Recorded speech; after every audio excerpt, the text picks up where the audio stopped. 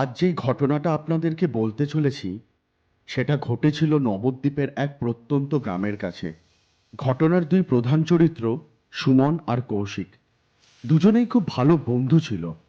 ছোটবেলা থেকে একসাথে তারা বড় হয়েছে, কিন্তু একটা রাত, একটা মাত্র রাত তাদের জীবন চিরতরে বদলে দিয়েছিল। আর সেই রাতের পর থেকে গ্রামের মানুষ আজও সূর্য ডোবার পর সেই রাস্তা দিয়ে হাঁটতে সাহস পেত না। রাত তখন 10:30। পাশের গ্রামের একটা বিয়ে বাড়ি থেকে ফিরছিল কৌশিক আর সুমন। তাদের গ্রামের সবচেয়ে ছোট রাস্তা ছিল পুরানো শ্মশানের পাশ দিয়ে। দিনের বেলা মানুষ সেই রাস্তার ব্যবহার করলেও রাতের বেলা কেউ যেত না।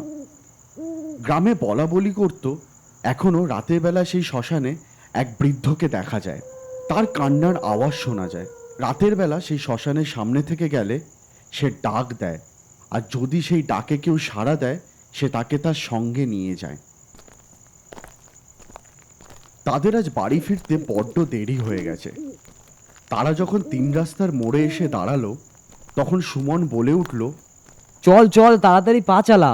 আজ যদি বাড়ি যেতে আমার দেরি হয়, মা বাবার হাত থেকে কেউ আমায় রক্ষা করতে পারবে না। কি রে শোন, দেরি হচ্ছে আমাদের, শ্মশানের রাস্তাটা ধরে নি। না না, পাগল হয়েছিস নাকি? ও রাস্তার ঘটনা তুই জানিস না? আমি ওদিক থেকে যাব না। আরে বড় রাস্তা দিয়ে গেলে আরো 40 মিনিট সময় লাগবে তো। চল না, পৌঁছে যাবো। পাগলামি করিস না। গ্রামের মানুষরা এখনো বলে ওখান থেকে আওয়াজ শোনা যায়। আরে তুই সব কিছুতেই ভয় পাস। চল না, রাত বাড়ছে, আমি আছি তো, কিচ্ছু হবে না। কৌশিকের কথা না মানার কোনো সুযোগ পেল না সুমন। সে প্রায় জোর করেই তাকে সেই নির্জন রাস্তা ধরে হাঁটতে নিয়ে গেল। রাত তখন ধীরে ধীরে আরো গভীর হয়ে উঠেছে। আকাশে পূর্ণিমার চাঁদ সাদা রূপালী আলো ছড়িয়ে দিয়েছে চারিদিকে।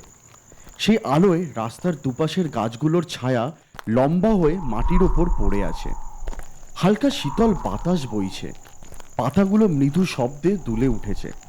দূরে কোথাও ঝিঝি পোকার একটানা ডাক রাতের নিস্তব্ধতাকে আরো রহস্যময় করে তুলেছে। দুই বন্ধু ধীরে ধীরে সেই পথ ধরে এগোতে থাকে।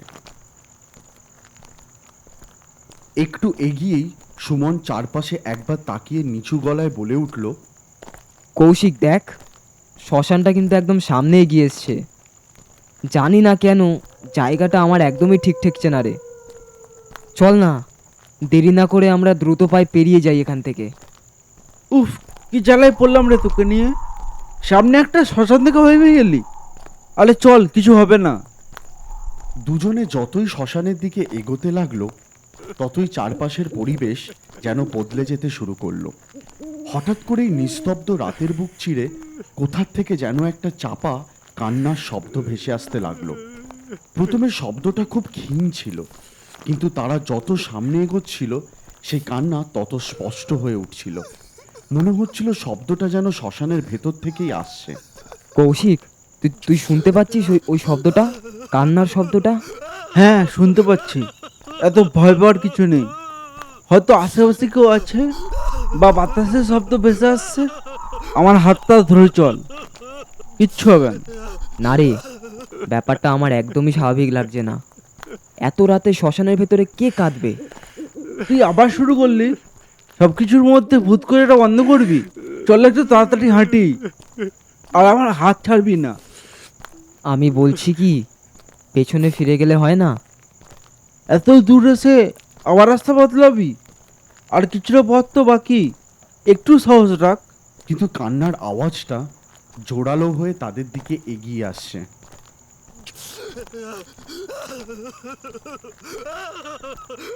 আমার মনে হচ্ছে আমাদের এখানে আসাটাই ভুল হয়েছে। আরে দূর, আর দুপা এগুলোই তো শ্মশানের গেট, তারপরে তো রাস্তা শেষ। তাড়াতাড়ি চল। কথা বলতে বলতে দুজন বন্ধু ধীরে ধীরে শ্মশানের বিশাল লোহার গেটের সামনে এসে পৌঁছালো। আর তারা গেটের সামনে পৌঁছাতেই সেই কান্নার আওয়াজ হঠাৎ বন্ধ হয়ে গেল। আর ঠিক সেই মুহূর্তে কোথাও থেকে যেন একটা ঝটকা ঠান্ডা বাতাস বয়ে এলো। বাতাসের দমকে বহুদিনের পুরনো লোহার গেট একটা বিচ্ছিরি শব্দ তুলে সামান্য ফাঁক হয়ে গেল। নিস্তব্ধ রাতের মধ্যে সেই শব্দটা যেন অস্বাভাবিকভাবে জোরে প্রতিধ্বনিত হলো। আর গেটের ওপাশের অন্ধকারটা হঠাৎ করেই আরো গভীর, আরো ভয়ঙ্কর বলে মনে হতে লাগলো। এই দৃশ্যটা হতে দেখে তারা দুজন অজান্তেই ওখানে দাঁড়িয়ে পড়ল। কৌশিক, গেটটা গেটটা নিজে নিজে খুলে গেল, দেখলি? কৌশিক গলা শক্ত রাখার চেষ্টা করে সুমনের কথার উত্তর দিল। হয়তো হাওয়ার জন্য খুলেছে, পুরনো গেট হতেই পারে। না রে, এতক্ষণ তো বাতাস ছিল না, হঠাৎ এখনই কেন? আমি জানি না, কিন্তু এরকম গুটি গুটি পায়ে হাঁটতে থাকলে আরো ভয় লাগবে। চল এগিয়ে যাই। কৌশিক, আমার কিছু ঠিক লাগছে না রে। আমার পা কাঁপছে, মনে হচ্ছে যেন কেউ আমাদের দূর থেকে দেখছে। আমার একটু অদ্ভুত লাগছে জানিস তো, কিন্তু শান্ত থাক। দেখ, কান্নার শব্দটা কিন্তু থেমে গেছে, আমি কিন্তু আর শুনতে পাচ্ছি না। হ্যাঁ হ্যাঁ, আমিও খেয়াল করলাম। হঠাৎ করে শব্দটা গেল কোথায়? কৌশিক সুমনের হাত শক্ত করে ধরে সামনে এগিয়ে নিয়ে যেতে লাগলো। দুজনের বুকের ধুকপুকানি যেন রাতের নিস্তব্ধতাতেও শোনা যাচ্ছিল। ঠান্ডা বাতাস ক্রমাগত বইছিল, আর রাস্তার পাশে দাঁড়িয়ে থাকা গাছগুলোর ছায়া চাঁদের আলোয় অদ্ভুতভাবে দুলছিল। কয়েক পা এগোতেই হঠাৎ দুজনেই একসঙ্গে থেমে গেল। রাস্তার বাদিকে শ্মশান থেকে কিছুটা দূরে একজন বৃদ্ধ মানুষ চুপ করে দাঁড়িয়েছিলেন। চাঁদের মলিন আলোয় তার চেহারাটা স্পষ্ট বোঝা যাচ্ছিল না। মাথা ভর্তি সাদা চুল, গায়ে পুরনো ধূসর রঙের কাপড়, আর হাতে একটা লম্বা কাঠের লাঠি নিয়ে নিচের দিকে ঝুঁকে দাঁড়িয়েছিলেন, যেন অনেকক্ষণ ধরেই কারোর জন্য অপেক্ষা করছেন। চারপাশের বাতাস বইছিল, গাছের ডালপালা দুলছিল, কিন্তু বৃদ্ধ লোকটির শরীরে কোনো নড়াচড়া ছিল না। দূর থেকে তাকে দেখে মনে হচ্ছিল তিনি যেন চাঁদের আলো আর অন্ধকারের মাঝখানে দাঁড়িয়ে থাকা কোনো নিঃশব্দ ছায়ামূর্তি। সুমনের গলা শুকিয়ে গেল, আর কৌশিক প্রথমবারের মতন অনুভব করল তার বুকের ভেতর একটা অজানা শীতল ভয় ধীরে ধীরে জমতে শুরু করেছে। সুমন, ওটাকে দাঁড়িয়ে আছে রে? জানি না কি দরকার, এখনো সময় আছে, চল ফিরে যাই। আরে ভয় পাস না, আমি আছি তো। হতে পারে কোনো বৃদ্ধ মানুষ সমস্যায় পড়েছে। না রে, ব্যাপারটা আমার একদমই ভালো লাগছে না। তুই এখানেই দাঁড়া, আমি গিয়ে কথা বলে আছি। যাস না কৌশিক, যাস না ওদিকে, প্লিজ যাস না। সুমনের কথা কানে না নিয়েই কৌশিক ধীরে ধীরে বৃদ্ধ লোকটির দিকে এগিয়ে গেল। চারপাশে তখন এমন এক নিস্তব্ধতা নেমে এসেছে যেন পুরো পৃথিবী হঠাৎ শব্দহীন হয়ে গেছে। বৃদ্ধ মানুষটি এখনো আগের মতনই স্থির হয়ে দাঁড়িয়েছিলেন, তার হাতে ধরা লাঠিটা মাটিতে ঠেকানো, মাথাটা নিচু, আর মুখটা অন্ধকারে ঢাকা। কৌশিক কয়েক হাত দূরে এগিয়ে থামল। দাদু, ও দাদু, আপনি শুনতে পাচ্ছেন? আপনি এত রাতে এখানে দাঁড়িয়ে কেন? কোনো উত্তর এলো না, বাতাসও যেন থেমে গেছে। কৌশিক একটু সাহস সঞ্চয় করে আরো এক পা সামনে এগোলো।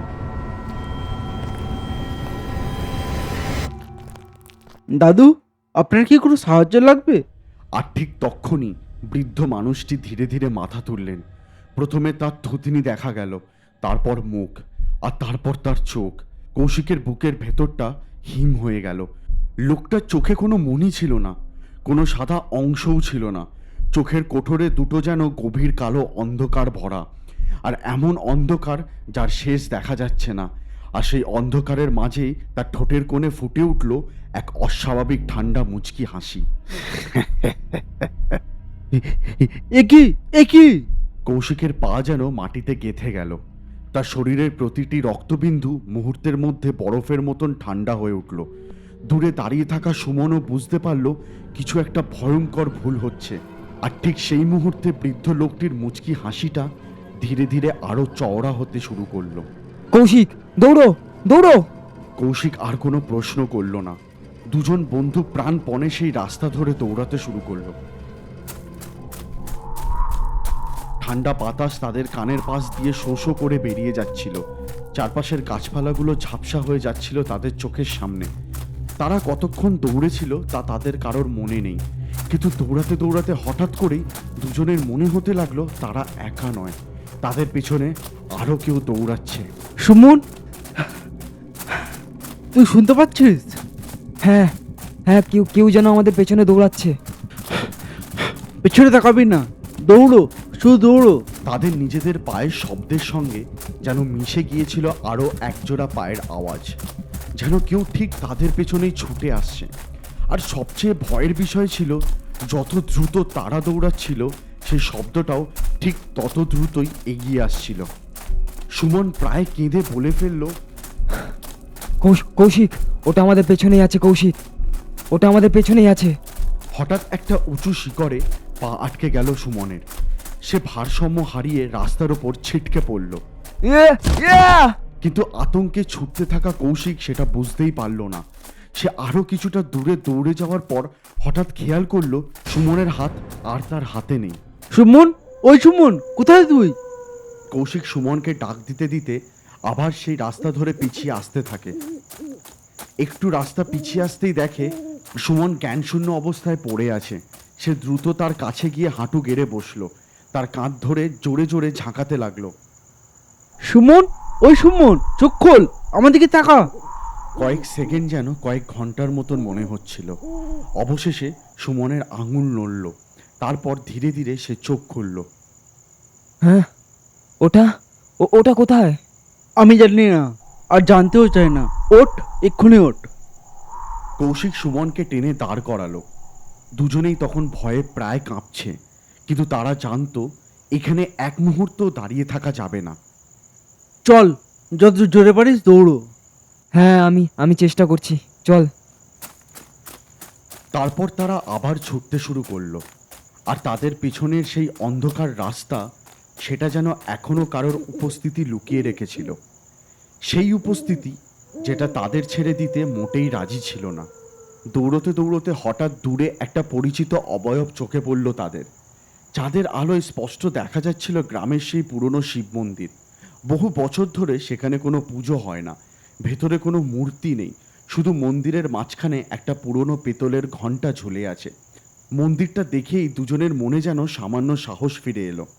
সুমন, ওই দেখ, আমাদের সেই গ্রামের পুরো মন্দির। চল চল, ওখানে যাই।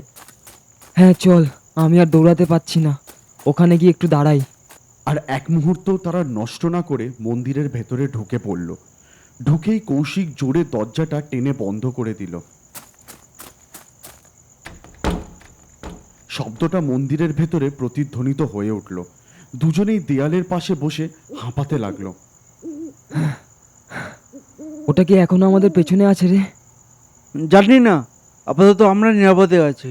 মন্দিরের ভেতরটা অন্ধকার আর নিস্তব্ধ। বাইরের হাওয়ার শব্দ শোনা যাচ্ছে, কিন্তু তার বাইরে আর কোনো শব্দ নেই। কিন্তু ঠিক সেই নীরবতার মধ্যে দুজনেরই মনে হচ্ছিল মন্দিরের বাইরে যেন এখনো কেউ দাঁড়িয়ে আছে আর তাদের বেরিয়ে আসার অপেক্ষা করছে। কি রে, এখন একটু ভালো লাগছে? হ্যাঁ, ভালো লাগছে।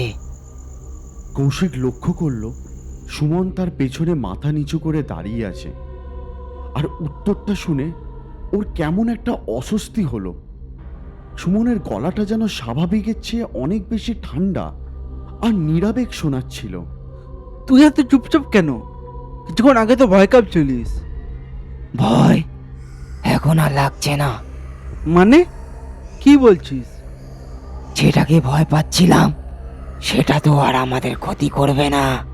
কৌশিক ভুরু কুঁচকে সুমনের দিকে তাকালো। কথাটা অদ্ভুত ছিল, খুব অদ্ভুত। কিন্তু তুই কি করে জানলি? জানি, শুধু জানি।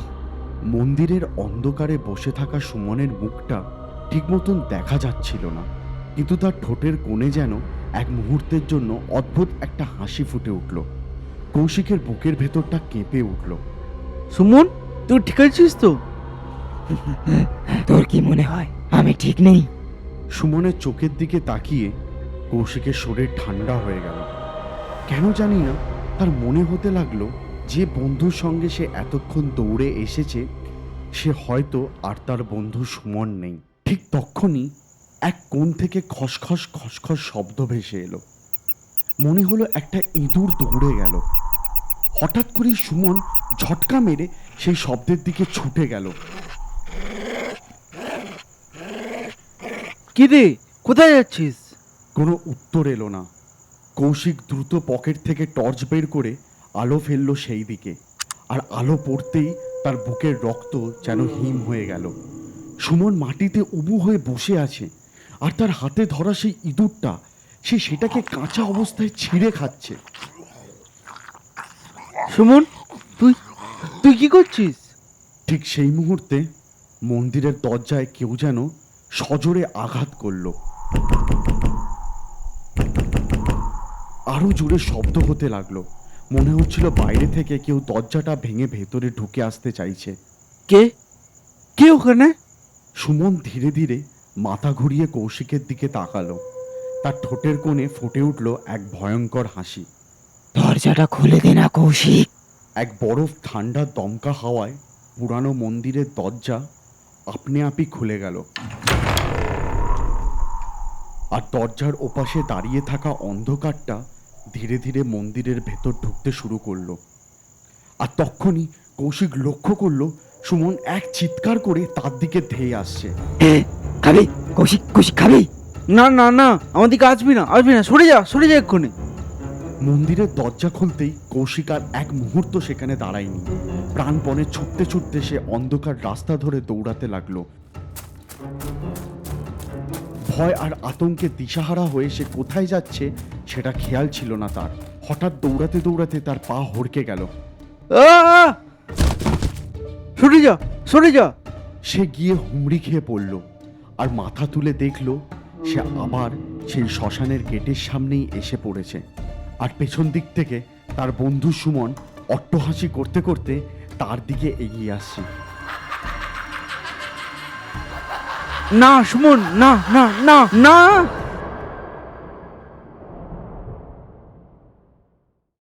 পরের দিন সকাল হতেই পুরো গ্রামে খবর ছড়িয়ে পড়ল সুমন আর কৌশিক নিখোঁজ। গ্রামের মানুষ, এমনকি তাদের মা বাবাও অনেক খোঁজাখুঁজি করল, কিন্তু দুই বন্ধুর কোনো সন্ধান আর কখনোই পাওয়া গেল না।